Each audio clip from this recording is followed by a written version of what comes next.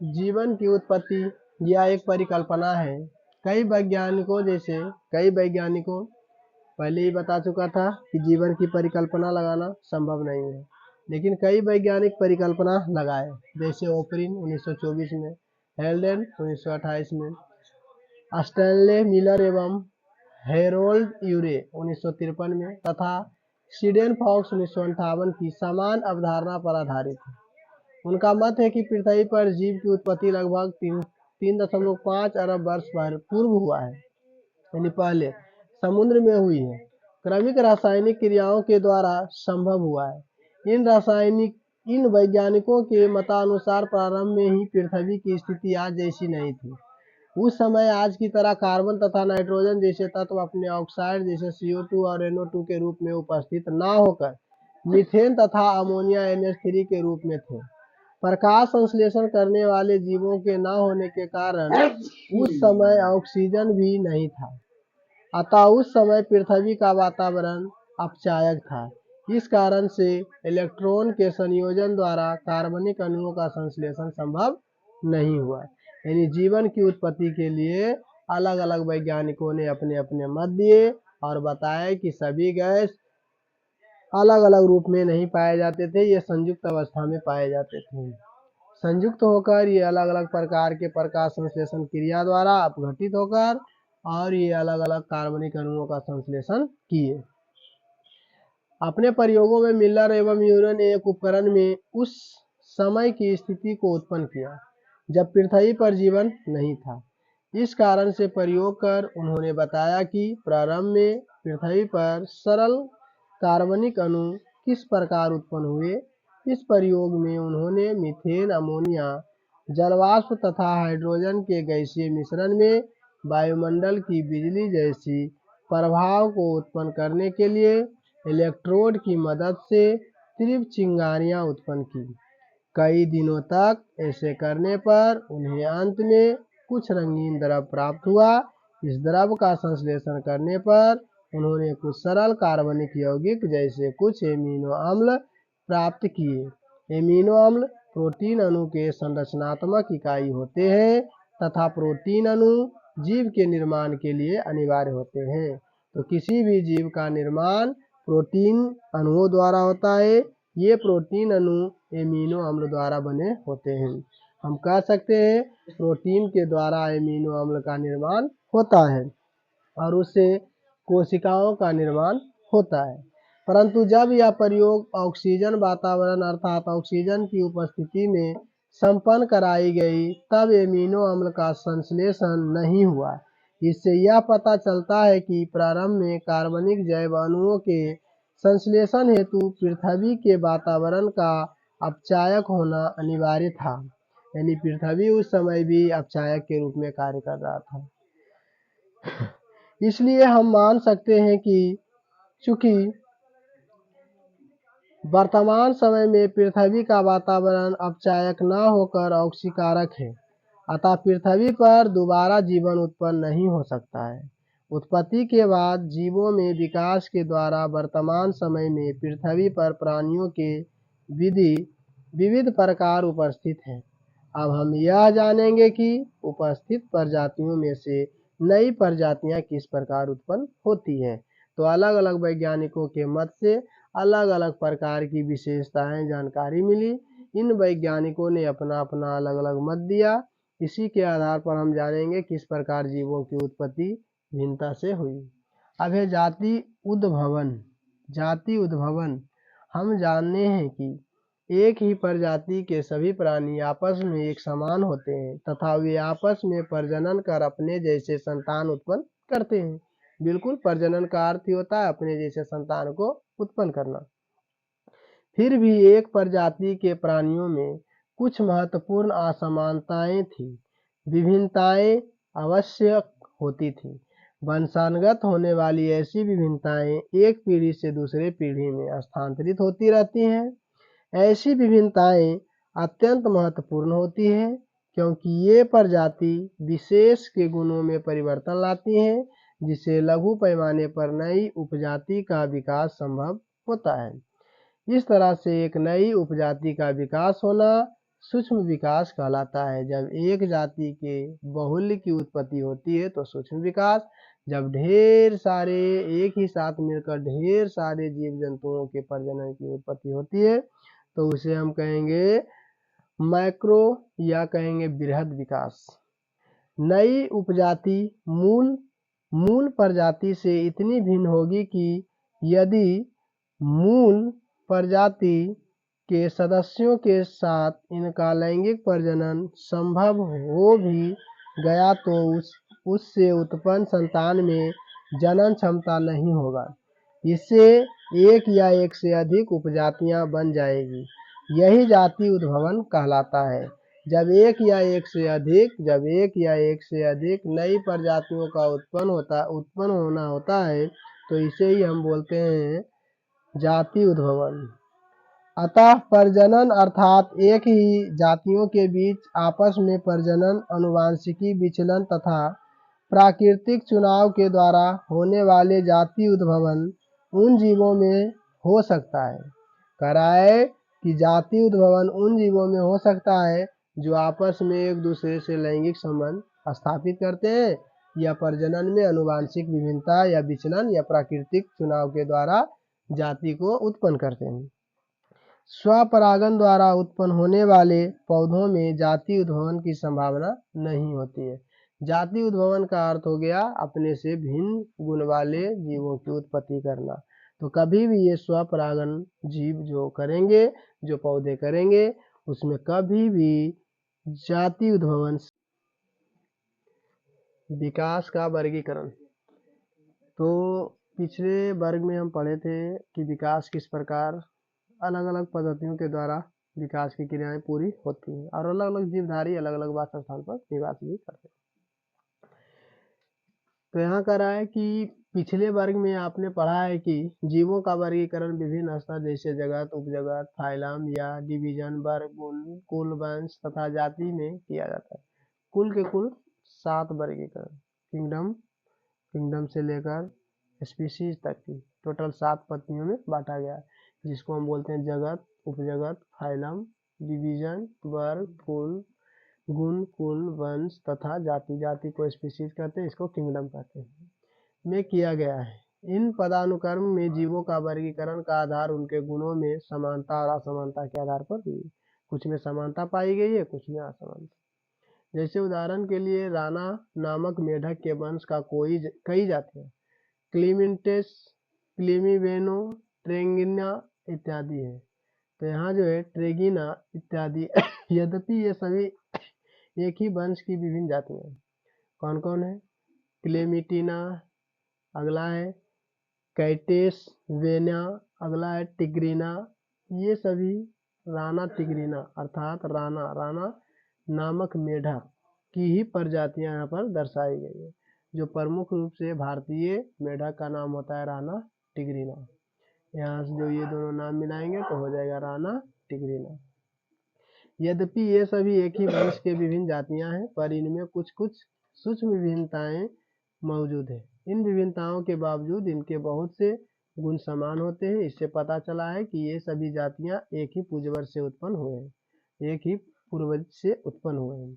वर्गीकरण के अध्याय से यह स्पष्ट पता चलता है कि जैविक विकास के आधार पर जीवों के विभिन्न वर्गीकृत समूह एक दूसरे से किस प्रकार संबंधित हैं। तो हम देखते हैं मेढक को ही देखते हैं तो अलग अलग प्रकार के और अलग अलग रंग रूप और अलग अलग स्वभाव के और अलग अलग कार्य करने वाले मेढक होते हैं। कुछ ये तालाब, कुछ ये कुआं, कुछ नली, कुछ सूखे स्थानों पर रहना पसंद करते हैं। उनका रंग भी अलग अलग होता है। जीवों में विकास संबंधित खोज करा। विभिन्न प्रकार के जीवन के बीच क्रमिक विकास के दृष्टिकोण से संबंध स्थापित करने हेतु उनके समान गुणों का अध्ययन करना आवश्यक है। अगर 2 या 2 से अधिक अलग अलग श्रेणी के जीवों की उत्पत्ति एक ही पूर्वज से हुई हो तो उनके गुणों में कई समानताएं अवश्य होनी चाहिए। हम जीवों के कुछ ऐसे ही गुणों का अध्ययन करते हैं। वैसे जीव जिनमें कुछ गुण समान मिलता है और कुछ असमान मिलता है और यह पीढ़ी दर पीढ़ी चलते रहता है। इन्हीं गुणों के बारे में हम जब जानेंगे तो वहाँ से पता चलेगा कि जीवों में विकास का संबंध तुलनात्मक संरचना। तुलनात्मक संरचना के बारे में जानेंगे, अर्थात दो जीवों, दो प्राणियों और दो पादपों में किस प्रकार से तुलना करके हम उनके विकास के बारे में जानेंगे, उसी को बोलते हैं तुलनात्मक संरचना। संरचना का मतलब चित्र के आधार पर। कह रहा है संघ कॉर्डेटा के सभी प्राणियों में उनके जीवन चक्र के किसी अवस्था में या जीवन पर्याप्त नोटोकॉर्ड, पृष्ठीय नलाकार तंत्रिका नाल तथा ग्रासनी क्लोव छिद्र पाए जाते हैं। कॉर्डेटा जैसे विशाल संघ के जंतुओं की मूल संरचना में इतनी अधिक समानता अचानक नहीं हो सकती है। मूल संरचना की ये समानताएं प्रमाणित करता है कि संघ कॉर्डेटा के सभी प्राणी एक ही पूर्वज से विकसित हुए हैं। तो हम जानते हैं सभी जीवों का अलग अलग एक अपना उपफाइलम होता है, अर्थात कॉर्डेटा होता है, उसके अंतर्गत सभी जीव आते हैं।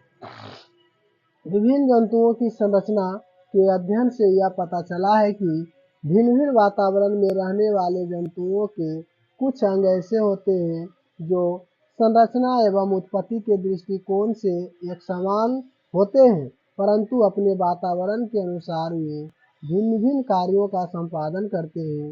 ऐसे अंग समजात अंग कहलाते हैं।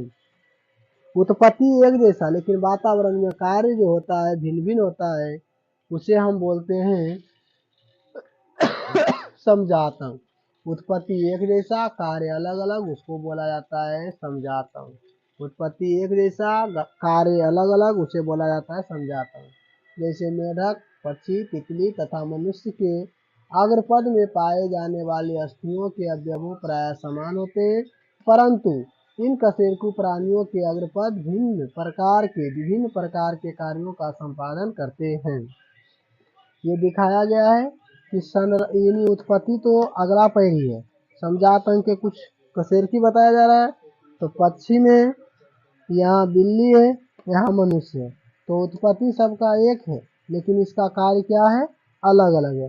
पक्षी का डैना उड़ने का काम आता है, बिल्ली का पंजा झपटने का कार्य आता है और मनुष्य का हाथ अन्य वातावरणीय कार्य करने के लिए होते हैं। तो ये उत्पत्ति एक जैसा हुआ है, अब इनका कार्य क्या है, अलग अलग है।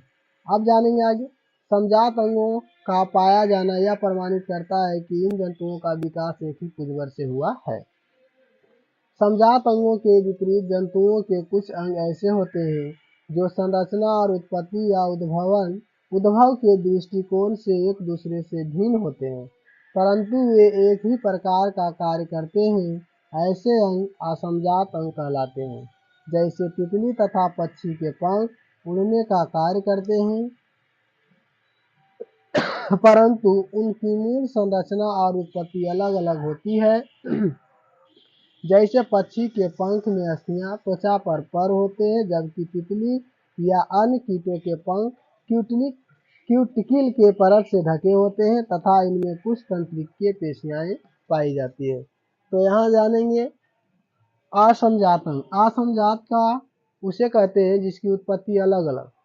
असमजात अंग वैसे अंग जिसकी उत्पत्ति अलग अलग परंतु कार्य एक जैसे होते हैं, उसे हम बोलते हैं असमजात अंग। जैसे पक्षी का अगला डेना, तितली का पंख, ये दोनों का कार्य एक है, उड़ना, जबकि इसकी उत्पत्ति अलग प्रकार से हुई है और तितली के पंख की जो निर्माण हुआ है ये अलग विधि से हुआ है। तो दोनों का कार्य एक, उत्पत्ति अलग अलग, असमजात अंग।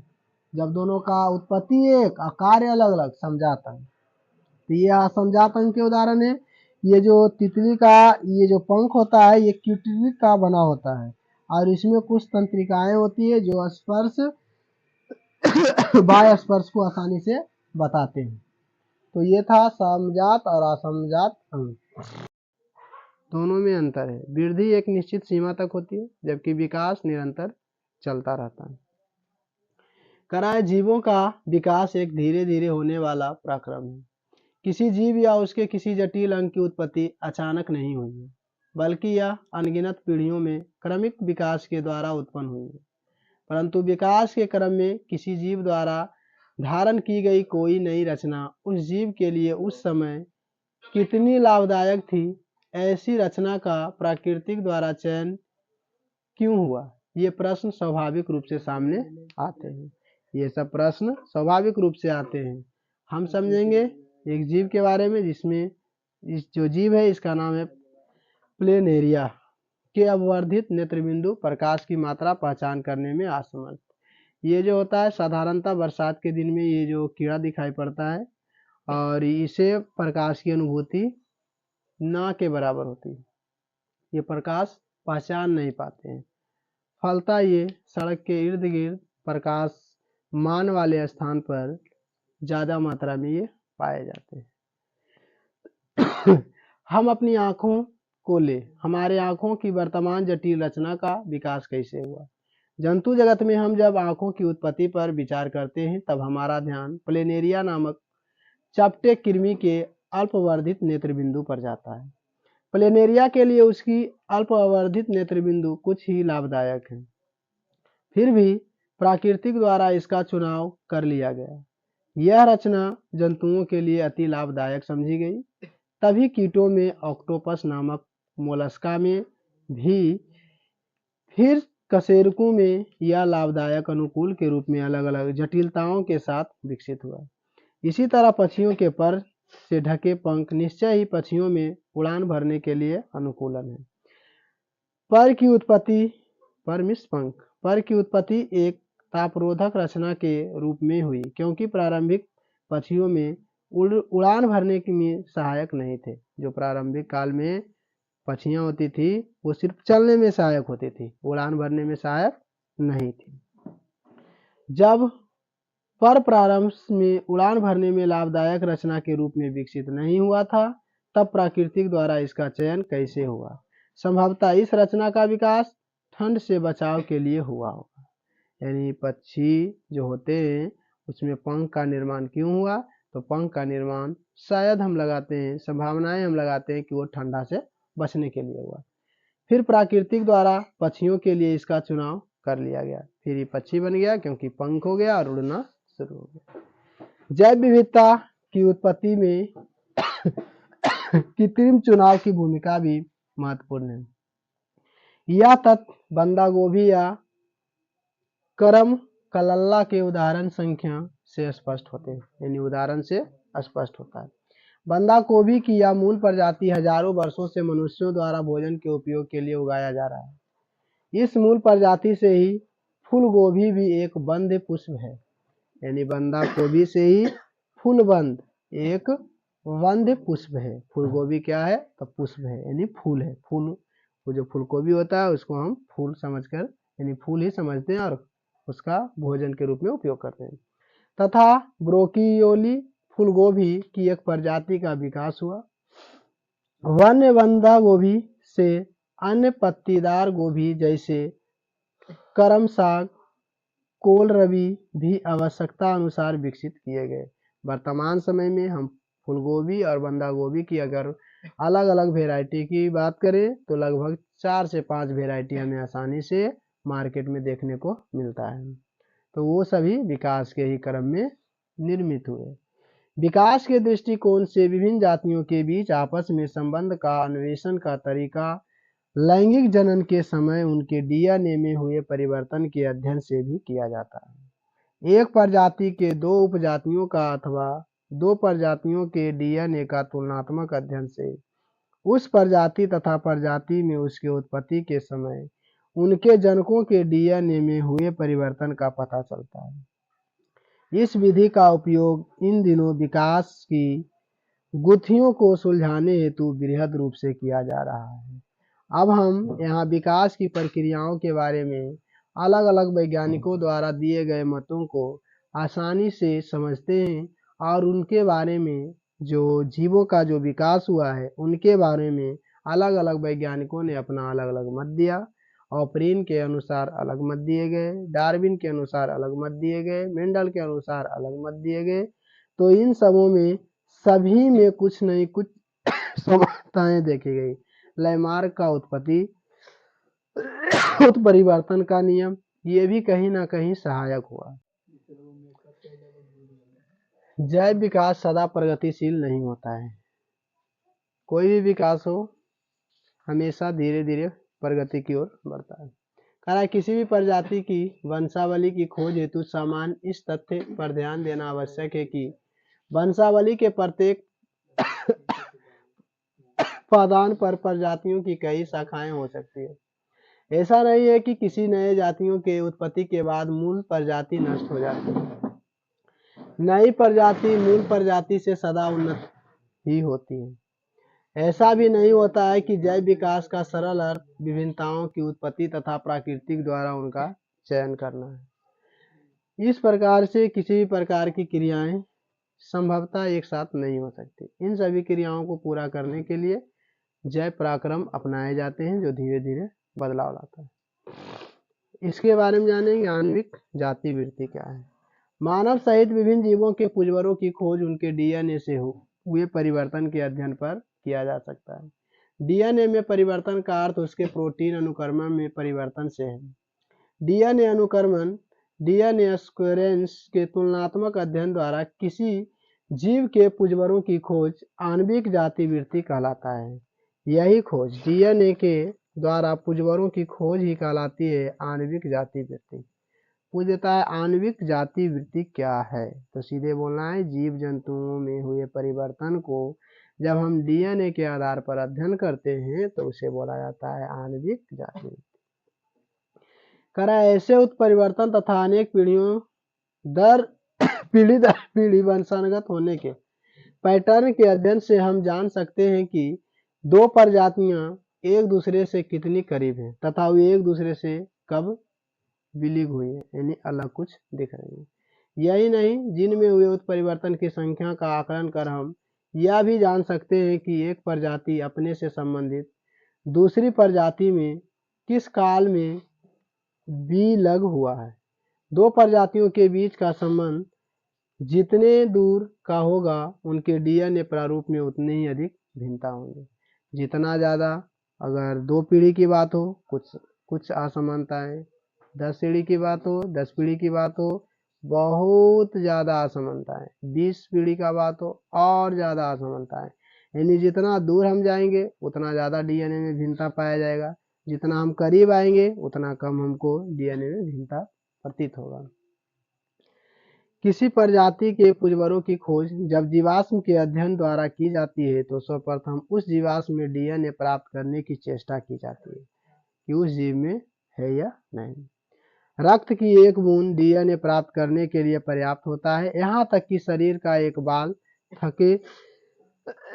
थके बने हुए हिमीकृत रक्त की एक सूक्ष्म बूंदें भी इसके लिए पर्याप्त होती है। फिर प्राप्त डीएनए के निर्माण में संलग्न क्षारक का अनुक्रमण ज्ञात कर उसका अन्य प्रजातियों के साथ तुलनात्मक अध्ययन किया जा सकता है। अतः आणविक जाति वृत्ति का अध्ययन जीवों के वर्गीकरण में भी अत्यंत सहायक होता है। तो इस प्रकार हम जानते हैं कि जीवों में डीएनए के आधार पर हुए परिवर्तन को हम आणविक जाति वृत्ति कहते हैं। मानव प्रव्रजन के बारे में जानेंगे। मानव प्रव्रजन कह रहा है आणविक जाति वृत्ति के अध्ययन की सहायता से हम किसी प्रजाति विशेष की न केवल उत्पत्ति बल्कि उत्पत्ति स्थान से उसके प्रव्रजन की जानकारी कर सकते हैं। हम जानते हैं कि किसी प्रजाति के डीएनए में होने वाले उत्परिवर्तन उसके सभी संतानों में वंशानुगत होते हैं। तो प्रव्रजन क्या होता है? तो प्रव्रजन के बारे में कल ही बताया गया है। ये जो है आणविक जाति वृत्ति एक ही स्थान पर रहने वाले जीवों की उत्पत्ति में थोड़ी थोड़ी भिन्नता जो पाई जाती है उसी को बोलते हैं आणविक जाति वृत्ति। अब उसमें हम यदि नज़दीकी पीढ़ी से तुलना करें तो कम आणविक जाति वृत्ति होगा। जब हम 10 पीढ़ी से तुलना करेंगे तो थोड़ा ज़्यादा होगा, 20 पीढ़ी करेंगे और ज़्यादा। यानी ये जो विभिन्नताएं पाई जाती है, जितना ज़्यादा हम पीढ़ी को गणना करेंगे उतना ज़्यादा हम सभी में विभिन्नताएं, इसी को बोलते हैं आणविक जाति वृत्ति। उत्परिवर्तन तो बहुत सारे हुए हैं। बोला जाता है कि पहले यानी बहुत समय पहले मनुष्य जो बंदर के प्रजाति थे तो वो बंदर के पास पूंछ होता था, क्या आज मनुष्य के पास है? नहीं है। तो ये सब उत्परिवर्तन के कुछ कार्य हुए। अतः पृथ्वी पर फैले विभिन्न आबादियों में माइटोकॉन्ड्रिया के डीएनए तथा बाई क्रोमोसोम के तुलनात्मक अध्ययन से यह ज्ञात किया जा सकता है कि उत्पत्ति के बाद मानव का प्रवजन पृथ्वी के विभिन्न भागों में कब और कहां से हुआ। जीवाश्मों का अध्ययन से पता चलता है कि वे मानव आज से करीब 2 लाख वर्ष पहले जीवित थे। उनमें से कुछ का प्रवजन अफ्रीका से एशिया तथा पूर्वी एशिया में प्रजनित हुए। उन मानवों का एक समूह उत्तरी अमेरिका तथा दक्षिणी अमेरिका में फैल गया। इस तरह सभी दिशाओं में मानवों की प्रवजन हुआ।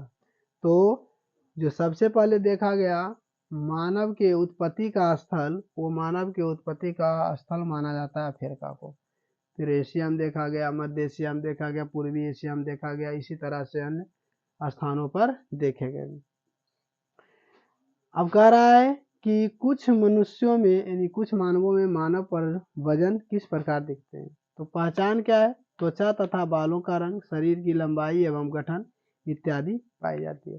तो पहले त्वचा हम सबका जो त्वचा है भिन्नताओं के कारण अलग अलग प्रकार के पाए गए। मूल में जो था वो सिर्फ और सिर्फ ब्लैक था। धीरे धीरे इसमें लगातार घर्षण और परिवर्तन हुआ, जिसके कारण आज त्वचा का रंग अलग अलग है। और हमारे वास स्थान पर भी ये निर्भर करता है।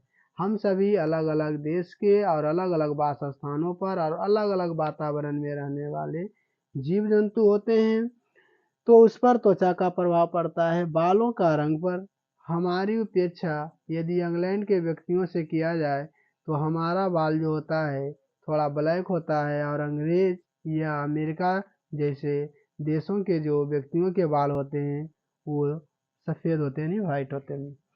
शरीर का लंबाई, जो मैदानी भाग के होते हैं उनका शरीर की लंबाई थोड़ा कद में ऊंचा होता है, जो पठारी भाग के होते हैं वो कद में थोड़े नाटे होते हैं, जैसे भारतीय की तुलना नेपाल के व्यक्तियों से की जाए तो गठन इत्यादि पाई जाती है। ये सभी अलग अलग देशों में पाए जाने वाले जीवों में प्रवजन के ही उदाहरण हैं।